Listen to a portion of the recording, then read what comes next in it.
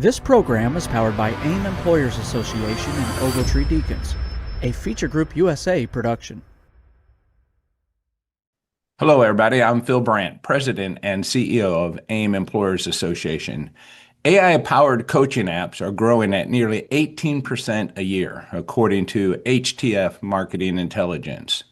So the big question becomes, is AI about to replace coaching, or is it actually amplifying it? Stay tuned. That answer could power you up in 2026. All this and more at This Week at Work.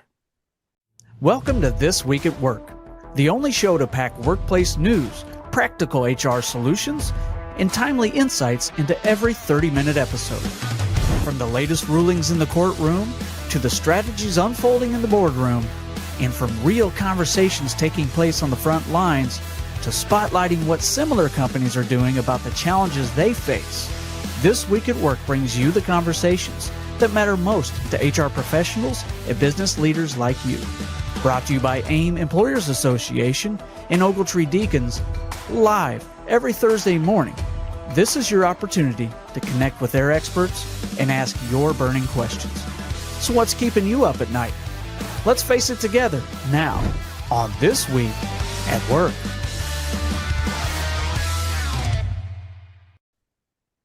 Hello, everybody. Welcome back to This Week at Work. Bert, how are you? The final podcast before we take a nice holiday break and come back in 2026, and you are looking dapper today. Thank you, Phil. I appreciate that. I've got real work to do today. Not just real work. It looks like you're in the the real office, and I mean, you're acting like a big boy. Yeah, try it every now and again. You got to do that. Your mom would be so proud. She would be. She would be. Yeah. We got a great show today. We got Matt Weidman back on the show, AIM's leader for training and development, one of my favorite people here at AIM. Matt, good morning. How are you today? Good morning. Doing great. Getting excited for the holiday season to start. So clearly, like you are. You're looking festive there, Matt. Yeah. I got my this is my December 26th Santa. This is what I envision him doing. You know, he's got through all his tasks. He's relaxing, having a beer, chilling. He's been at the gym, getting buff for the next year. And so, yeah. That's the way I like to think of Santa right there. That's for sure. Yeah. I like it. I like your festive background there, Matt. Yeah, I'm wrapping some presents. Got my my Christmas cards getting to go out, so I'm ready. Well, hey, don't forget mine and Bert's present there. Make sure we get that before it's too late. Definitely. Be careful, Phil. You might get a sweater that looks like that. Yeah, that's a whole nother story. That's a whole nother story. So we're going to get back to you in a minute, Matt. We're going to talk about coaching and AI and kind of what's happening as that world is starting to merge together, and some of the pros and cons of that. But Bert, first, are you ready for Lawyer on the Clock? I'm ready. We're going to have a perfect segue, Phil, from Lawyer on the Clock to Matt's talk today. All right, I'm looking forward to that. Nick, pull that lever. Curious about a case that could wreck your workplace? Lucky for you, we have a lawyer on the clock. So, Phil, we've talked in recent weeks, I think it was on December 8th, we talked about a case where SHRM had gotten sued. And I know a lot of our listeners are members of SHRM. AIM and Ogletree do a lot of work with SHRM around the country. And so when SHRM gets sued in an employment case, it kind of raises the antenna for a lot of people because theoretically you would think SHRM is experts in HR and has a lot of resources who are experts in HR, and so to see SHRM, they can always call our hotline if they have any questions over there at SHRM, and we would be happy to let our hotline services help them. Well, perhaps they should have, because in the one case that we talked about, they got hit for $11.5 million in this one lawsuit. Yeah, it's a lot of money. Federal jury in Colorado ordered SHRM to pay $11.5 million to a former employee after they found SHRM liable for race discrimination and retaliation. So, we've already talked about that case. We talked about the arguments that were made and SHRM's efforts to exclude evidence from the trial that they are experts in all things HR. and yet they still got hammered in this lawsuit. Well, they get that lawsuit wrapped up. And just on Tuesday this week, SHRM was sued again in Virginia federal court by an applicant who alleged she had a job offer pulled after she sought permission to have a trained service dog accompany her to work. The employee in this case, she's accusing the organization of violating the ADA and the Virginia Human Rights Act because it rescinded an offer for her to work in its product management department after they denied her medical requests. She had accepted a job offer from SHRM in June of 2024. She was supposed to start a couple weeks later. She informed SHRM about her medical condition and her need to bring her service dog to work. The service dog the service dog had been with this woman, the plaintiff, since 2017 and could quickly alert her to dangerous blood glucose levels due to her type 1 diabetes, which enabled her to work safely and avoiding blacking out. And what she alleges in the lawsuit is that instead of engaging in the back and forth interactive process required under the ADA, SHRM withdrew the job offer. And so again, these are just allegations at this point, but it is unfortunate to see SHRM get hit for such a large jury award, and now just literally on the heels of that, they're embroiled in another lawsuit here.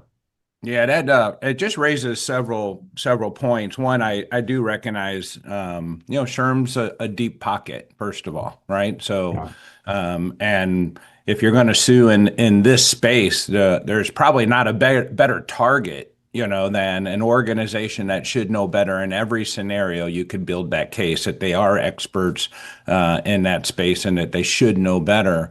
But at the same time, I think about that and I'm like, did this lady not have her service dog with her during the interview? That's one question that comes to mind for me. And then two, there's so much technology available today to alert you beyond a service dog also as well that may or may not be more effective than a dog. I don't know.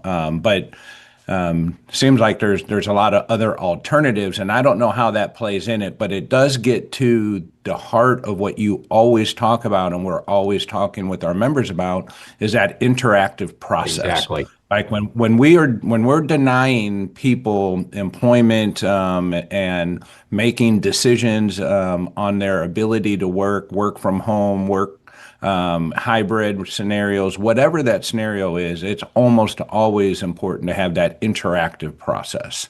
Yeah, and I think that's probably the focus of the lawsuit itself.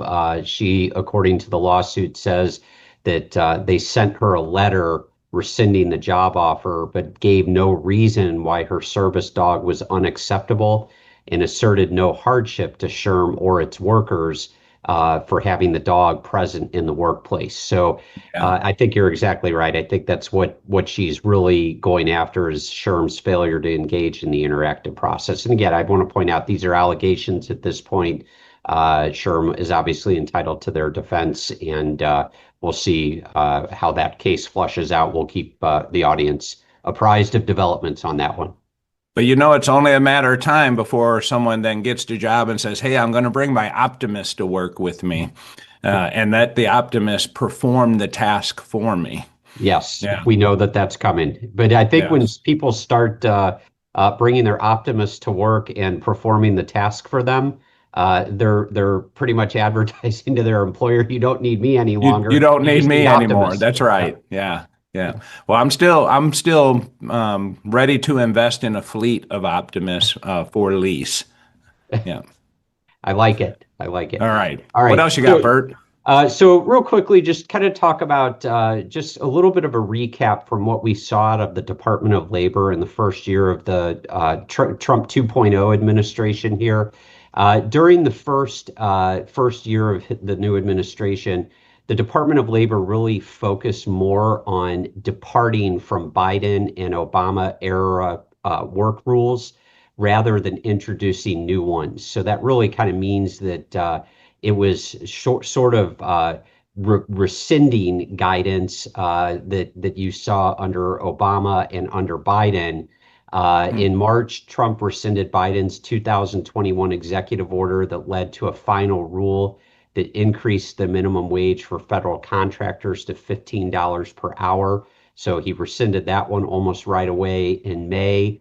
The Department of Labor said it was going to stop enforcing the highly contested Biden era final independent contractor rule, which rolled out a 6-prong economic realities test to determine whether workers are independent contractors or employees. That rule had faced several challenges, and some of those challenges are still pending. Earlier this month, the Department of Labor told the Fifth Circuit that it was revisiting the rule, raising the salary threshold to consider employees overtime exempt under the Fair Labor Standards Act. And so what we really have seen is that a lot of these regulatory moves are related to issues that have been going on for quite some period of time. But we're seeing a shift in the direction of the government regarding those rules. And so I think we're likely to continue to see that. In July, the Department of Labor introduced a rule that revisited an Obama-era regulation that involved home care workers.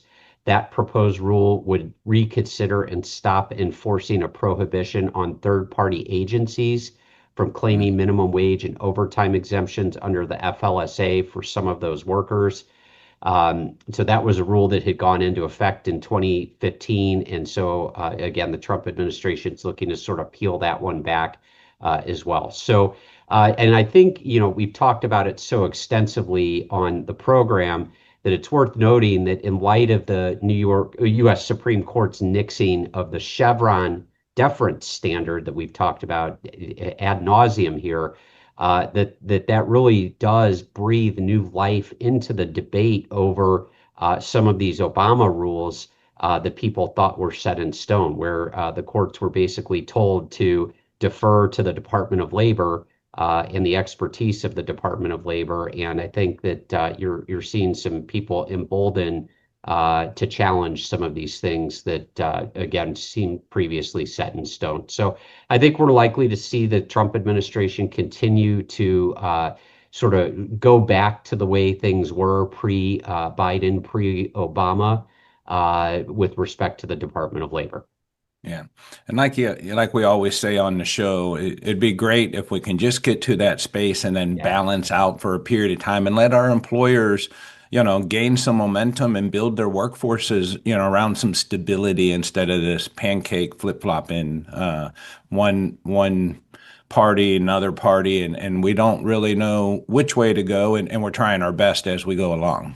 Yeah, that pendulum that we talk about, Yes. that swings wildly from one administration to another, and I've said it before, we don't necessarily mean it literally, pretty close to literally, but not literally. We just want to know what the law is, and we want to have them have it stop changing every 4 to 8 years, so that what's legal under one administration doesn't become illegal under another administration. Absolutely. Yep.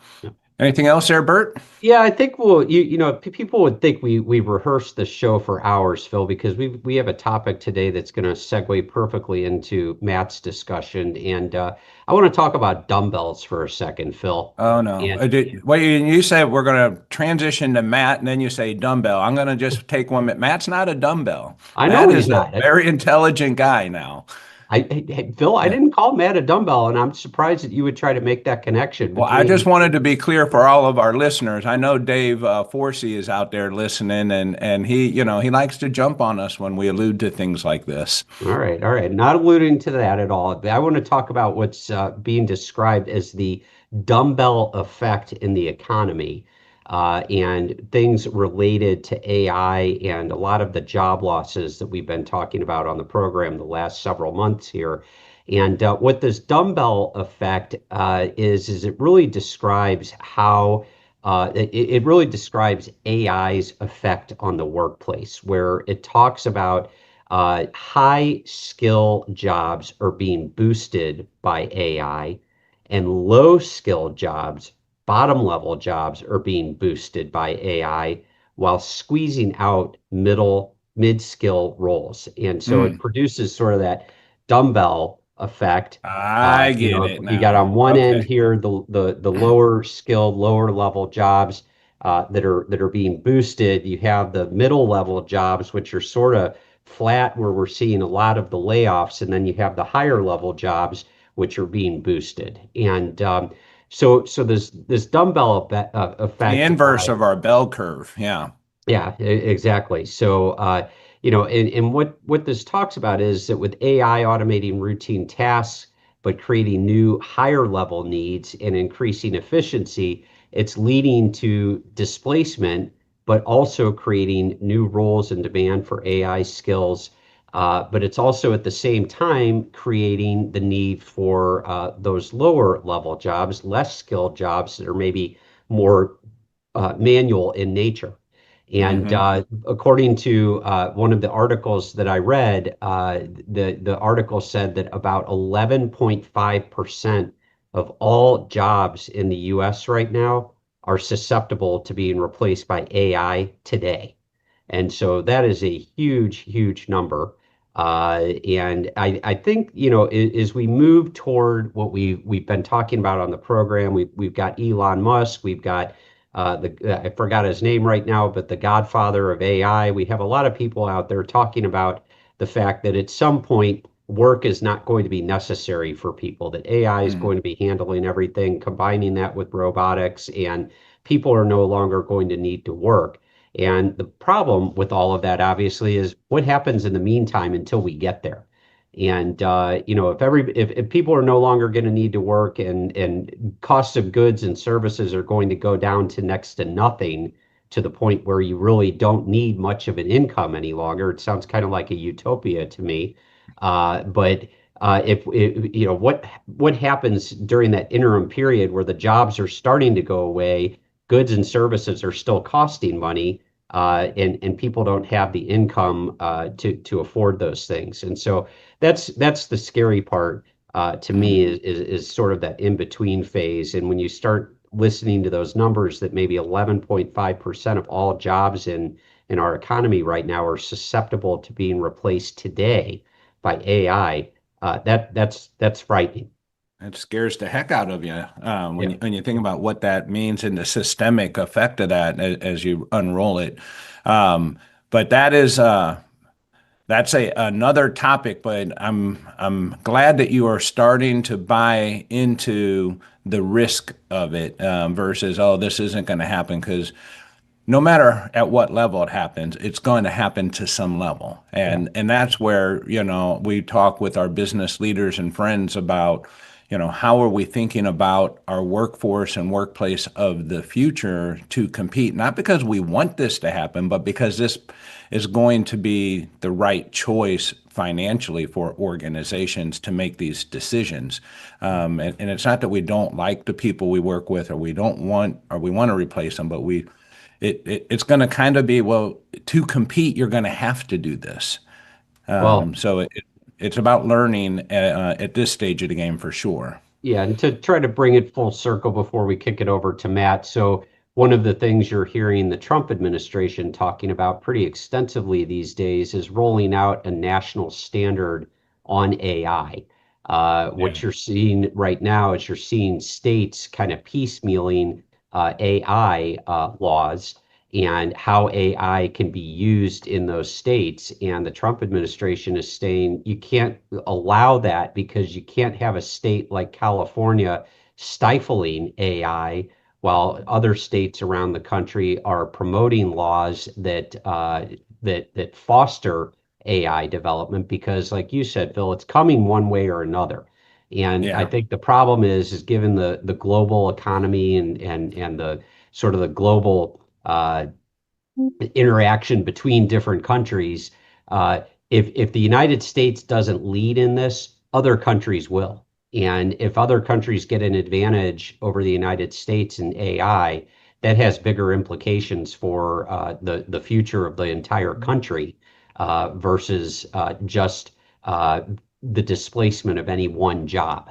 And Yeah, it's so, it's the new Cold War. It is. Quite. And then when you listen to the experts talk about it, this is the new Cold War.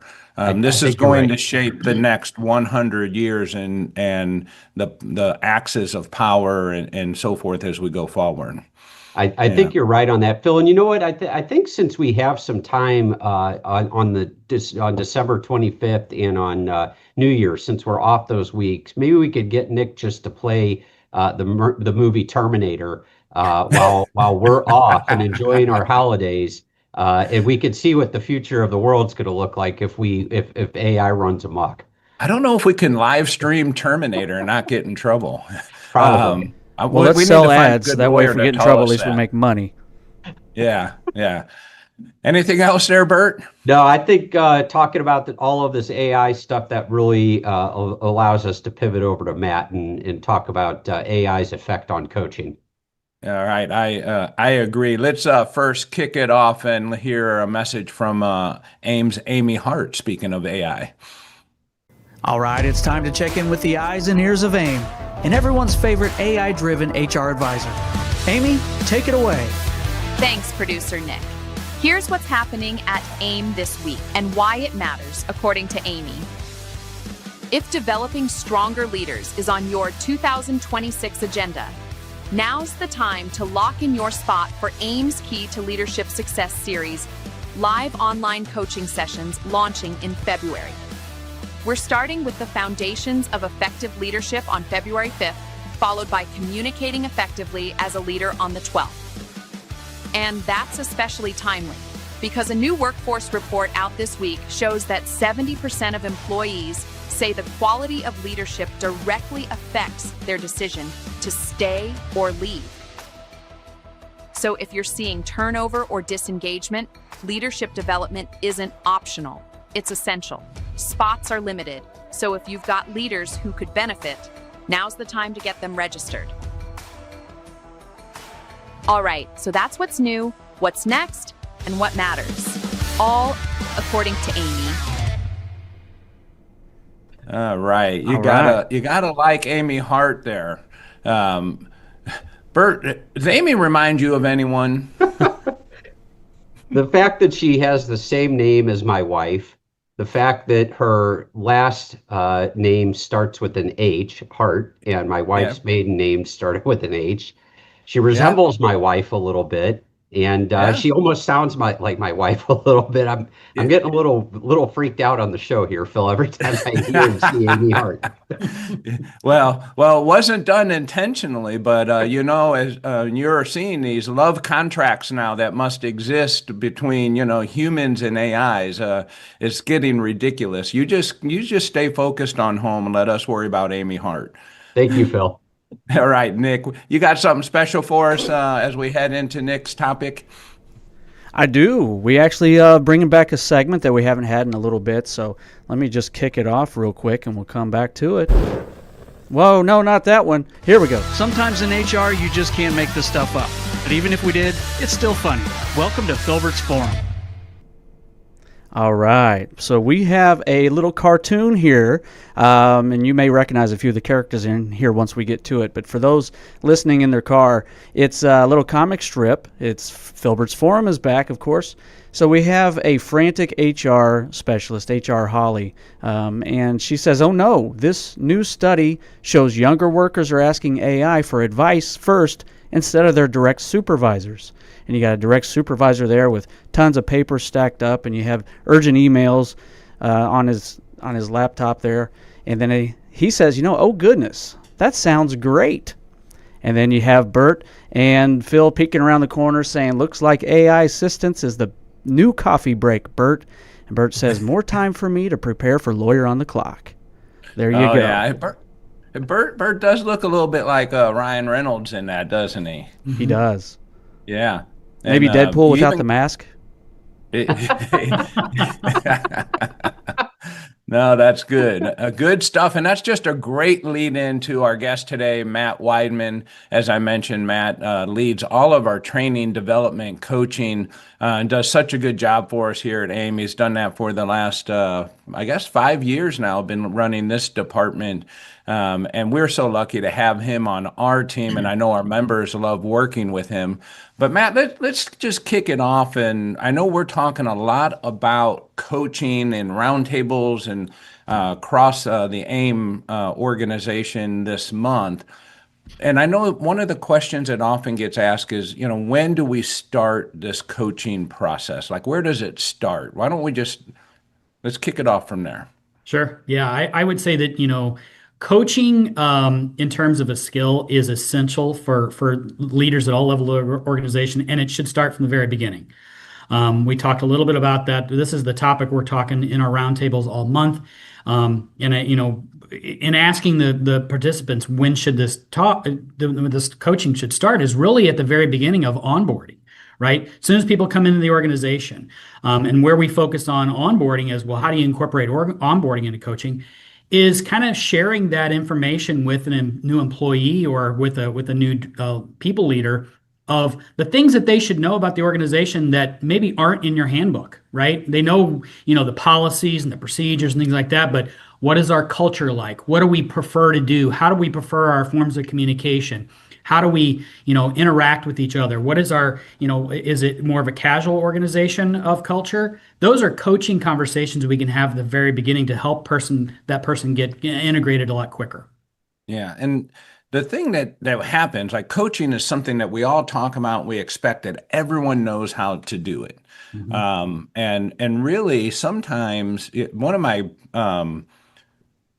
most impactful things I've heard a sports person say. So I think of Brett Hall, who played for the St. Louis Blues and, was our all-time leading scorer. I mean, the guy was phenomenal at scoring goals, right? One of the world's best ever in that. And he's often asked about coaching and why doesn't he coach? And his response is just perfect. He says, "Oh, I would be a horrible coach." He goes, "I don't understand why everyone doesn't score 50 goals, right?" It's like there's a barrier to coaching, and not everyone can be a good coach.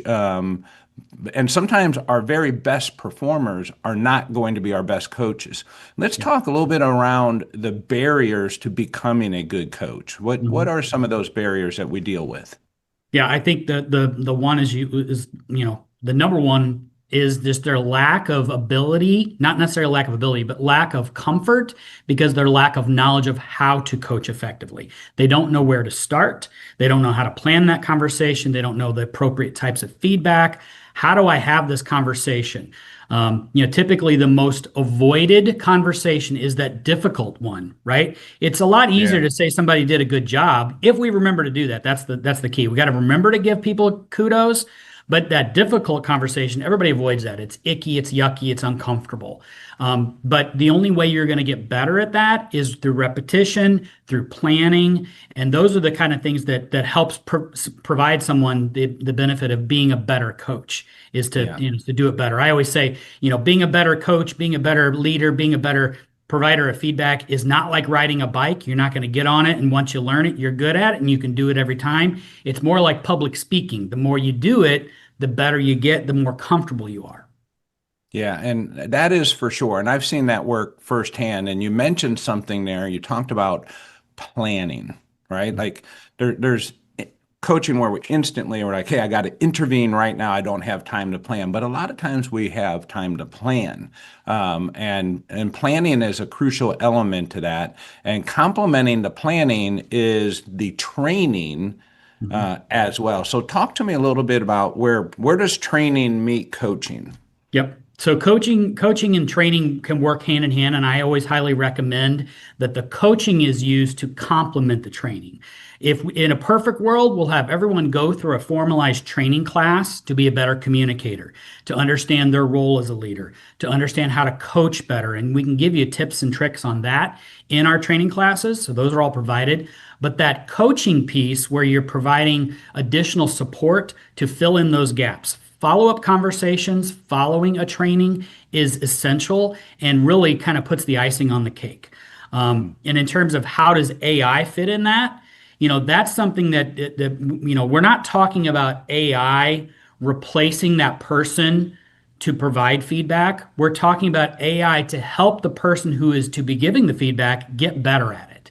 All right. That So goes slow down into- right there and talk to Yeah. me about what that means. So help Sure. our listeners understand what you're referring to. Yep. So prime example, we have some conversations this week at our roundtables where we had an HR leader who said, I have somebody that comes to my door almost every week and says, can we do some role playing? Because I need to give some difficult feedback. I need to give some corrective coaching. I need to help one of my team members be better.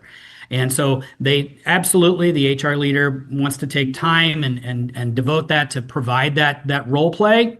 The AI can now serve as that helper of having those conversations. You can work with your AI to develop that conversation to help that leader have that conversation with AI and role play and expand that capacity of what that HR person can do, because there's only so many HR people, right? And they only have so many hours of the day. So how do we integrate AI into helping support that prep, not the execution of the coaching? Yeah, no, that's I think that's a good example, and that sounds or feels very strange to some people, right?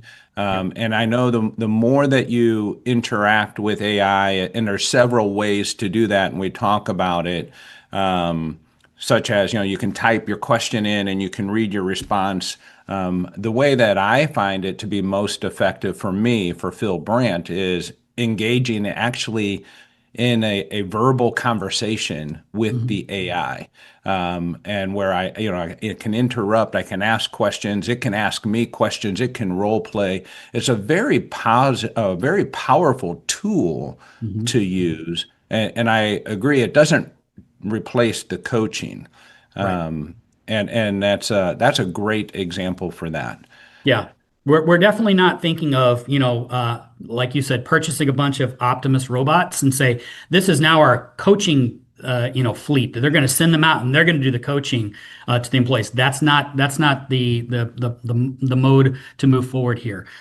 It's how do we enhance our skills of our human people leaders by using AI to make sure we have enough capacity to do that. Matt, Yeah. you're crushing Phil's dreams here with his, telling him what his fleet of Optimus robots can't do. Hey, I got to tell you, it's going to be unlimited. These things are going to be left to the imagination, and whether you like it or not. And again, I'm just trying to embrace something that is very different from whatever, it's just a dream, something we saw in movies back in the 80s that is starting to happen, and it is concerning, but I'm trying my best to embrace it. A little bit like working from home. I don't Phil, like working from home, but I'm embracing it. Phil, if you don't mind, I'd appreciate, for our audience's sake, if you would stop talking about embracing your Optimus robot, okay? Yeah. See, now you're just misinterpreting that, but take the coaching, Bert. I got it. Okay. Thank you for that coaching. All right, Matt. So what can people do now in preparing for 2026? What might we do? Yeah, I would say, the key thing there is to make sure that your people leaders are comfortable with prepping themselves for that coaching conversation. So preparing them by providing some simple coaching models. There's a lot of samples out there that you can say, this is how you develop a coaching conversation.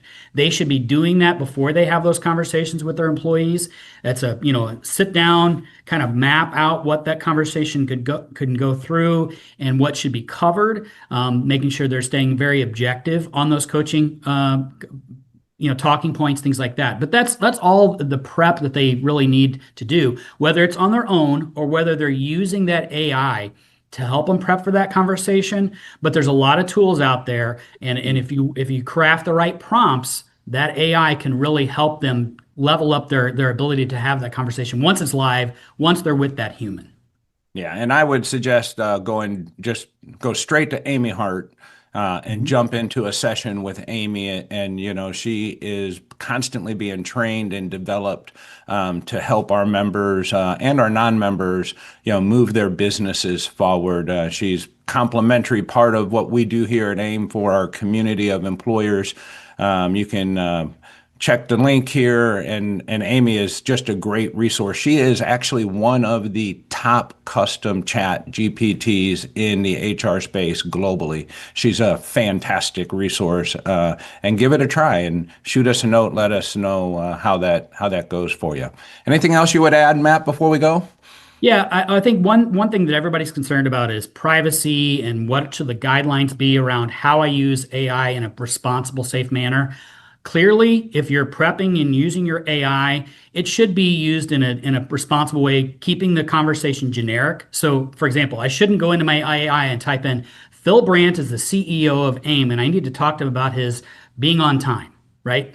Keep it general, keep it generic, right? I need to talk to this employee who's having a difficult time showing up on time for work, Right. keeping it broad in that sense. So, Yeah. Yeah, those are all things that we always cover about the being generic and careful about what we put into any AI, unless your business has given you authority to do something differently. Right. Fantastic advice, Matt. I love the holiday festive theme that you're wearing. I like the idea that Santa's partying on the 26th. That's my birthday. So I always like to play a little bit of that role. But it's a great holiday shirt. What do you got there, Nick, that you're putting on the screen there? This is your just a little happy fun with holiday. one of our Is this your guests here. Christmas card, Matt? that was my Christmas card. I have hanging out with Snoop there, and Martha Stewart's, having a seat there on Santa's lap to tell me what she wants for Christmas. Yeah, you look a little taller in that photo than you do in real life. I A little like bit. it. Yeah. Yeah. I wish it And was Martha Stewart's looking a little younger than she does in real life. Yes. This is Yeah. 1980s Martha Stewart, maybe. And Snoop Well, like I said, Dogg I'm is pretty looking sure in like the he always factory. does. Yeah, in the factory, Yeah. you do have to pay extra for wrinkles. So I think that's where that comes from. That was a All right. cost-cutting measure, huh? Yeah. Hey, before we go, Nick, producer Nick, you brought back a feature that we used to use during our COVID podcast days. You want to introduce that? And I know we have a message or two maybe as part of that.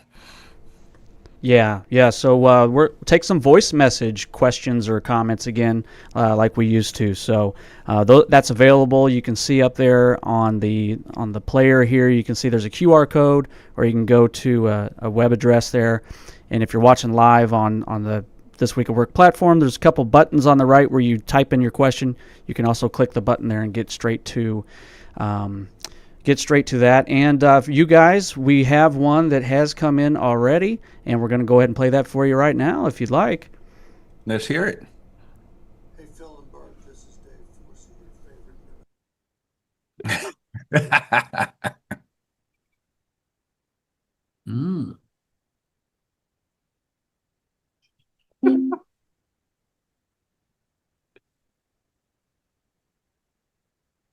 Thanks. I love it. That's I love it, Dave. I'm glad that you added that back to the show, Nick, because those were always fun and a great way for people to leave a little bit more detail than they can in a quick text. Dave is probably our first listener, and he might be our last listener if we ever came to an end. But he's a great fan. He's always interacting. But let me just tell you, Dave, because when we introduced Amy, there's some real benefits to Amy. Amy works 24/7, 7 days a week. She works every holiday. She never takes sick time, FMLA, or PTO. She is a work machine. She works from wherever we are at. We carry her with us everywhere we go, and she's available to everyone, not just one person. So Amy Hart, I will stack her up against almost anyone at this point from a work ethic standpoint. But that's a great question, Dave. Great question. So what about Dave's second part of the question?